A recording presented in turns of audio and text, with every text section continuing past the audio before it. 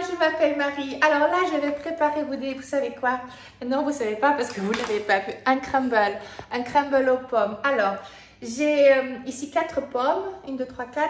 J'ai déjà fait mon crumble. Alors moi, j'ai un Thermomix. C'est très simple le Thermomix. Vous suivez la recette du Thermomix. Moi, de toute façon, j'ai fait une petite variante. J'ai mis des flocons et de la farine d'avoine. Ils demandent de mettre de la farine traditionnelle, mais moi, j'aime bien fonctionner avec des flocons et de la farine d'avoine. Alors après, ceux qui n'ont pas de Thermomix, eh bien, vous faites exactement 200 g de farine, 100 g de beurre, 100 g de sucre et vous pétrissez tout à la main. Les meilleurs ustensiles, c'est vraiment nos petites menottes. Moi, je continue à lire. Ma grand-mère me le disait déjà et elle avait raison. Alors maintenant, pour nous faciliter la tâche pour la découpe des pommes, alors si vous êtes patient, vous faites ça au couteau, d'accord? Alors moi, je ne suis pas du tout patiente et moi, je préfère faire autre chose avec mon mari, mes filles, voire même ma petite fille, que d'être à la maison à la cuisine en train de cuisiner. Alors avec ce petit décorateur magique, eh bien là, j'enlève le noyau des pommes. Elles sont lavées, je ne les épluche pas, mais bien sûr, si vous voulez éplucher les pommes, c'est exactement pareil.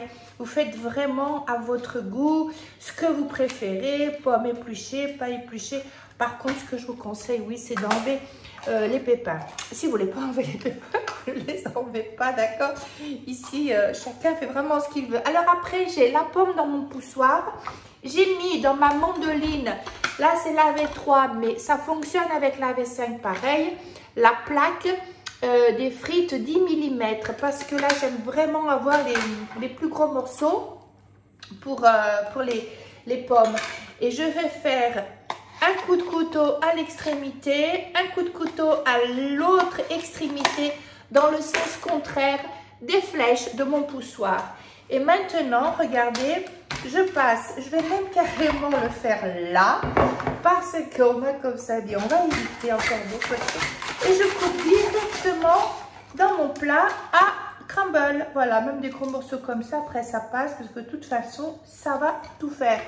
Je vais continuer à couper mes pommes, d'accord? C'est aussi simple que ça. Alors, là, j'en ai mis 4, mais si jamais vous voyez qu'il en faut plus, je continue à dire, c'est à votre goût. Si vous voulez mettre des poires, vous pouvez mélanger avec des poires, d'accord? C'est parfait. Si vous voulez mettre des petits raisins secs, des morceaux de noix ici au milieu, c'est trop bon aussi. Malheureusement, j'ai une fille qui n'aime pas, donc je ne vais pas pouvoir le faire. Mais voilà, écoutez, moi je vais continuer à couper. Vous voyez, j'ai oublié les petits pépins. Je vais continuer à couper mes pommes et puis après je viendrai mettre par-dessus mon crumble. Voilà, j'ai coupé mes 4 pommes, il n'y en avait pas besoin de plus. Maintenant j'ai mis une cuillère à soupe de cannelle, c'est tout. Je ne mets pas de sucre. Alors pour ceux qui aiment la cannelle, eh bien vous en mettez. Ceux qui n'aiment pas la cannelle, vous n'en mettez pas. Ceux qui aiment un petit morceau de calva ou de porto, vous pouvez mettre aussi un petit peu. Je vous assure, c'est très bon aussi. D'accord? Moi, je me tâte pour mettre, mais peut-être je ne vais pas en mettre. Parce que si ma petite fille, elle veut en manger, ça, c'est pas très cool. D'accord? Bien qu'une petite goutte, ça fait du mal à personne. Voilà. De toute façon, écoutez, je ne vais pas en mettre. Alors maintenant, oui, je vais aller avec mes doigts. Et je vais mettre bien le crumble. J'en ai un petit peu trop fait, mais ce n'est pas grave parce que ici, les desserts, eh bien, j'en fais pratiquement tous les jours. Et oui, je vous assure que c'est entre les flans, les tartes, les crumbles, puis maintenant avec les fruits rouges, c'est trop bon. Et on en a toujours de la pâte à crumble. Des fois, j'en fais trop, des fois, j'en fais pas assez. On va voir ce qu'il en est. Parce qu'en fait, on aime bien ici avec une belle base de crumble par-dessus. Peut-être que j'en ai pas trop fait. En fait, c'est toujours la même recette, mais comme je change de récipient, des fois, il y en a trop. Voilà. Mais non, je crois que ça va être juste parfait. On va tout mettre. On va vraiment tout mettre. On va enfourner ça 35 à 40 minutes à four chaud. Et puis, eh bien, ça va être trop bon. Voilà, regardez-moi ça, c'est top, c'est parfait. On a un petit peu ici qui tombe. Et voilà, et c'est tout ce qu'on veut. Et je vous assure, c'est délicieux. C'est un dessert que tout le monde aime. Je vais tout simplement passer mes mains sous l'eau. Et voilà. Mon four est déjà chaud. D'accord? Et je n'ai plus qu'à mettre ça au four. Je sais que vous aimez bien me suivre. J'ai oublié de remettre. Voilà. Et c'est parti. Et à tout de suite. Je vais ranger et on vient goûter. Ben oui, j'ai oublié mon crumble.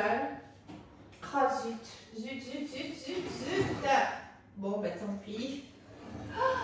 Bof. Ok. Oh là là, j'étais au téléphone et puis voilà. Bon, c'est pas trop grave. C'est pas trop grave. Il y a que ce côté qui est grave, sinon le reste, ça va. Écoutez, ça vous arrive peut-être aussi. Voilà, on est au téléphone avec sa fille aînée, puis on oublie. Mais non, mais c'est bon, c'est parfait. Ouais, non, c'est parfait. Il n'y a que ce petit... Oh, wow, regardez. À chaque fois, moi, je m'émerveille. Et c'est parfait. Voyez? Alors, des pommes et c'est tout. Pas de sucre. Pas de sucre dans les pommes. Parce qu'en fait, le crumble, il est déjà assez sucré. Moi, je vais tout simplement goûter, mais je suis sûre que c'est top. Que c'est parfait comme d'habitude. Je ne veux pas me brûler. Oh là là, cette lumière juste là, c'est pas cool.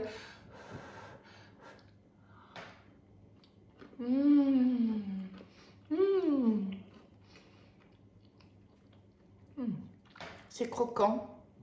C'est juste comme j'aime. C'est parfait. Bon, juste là.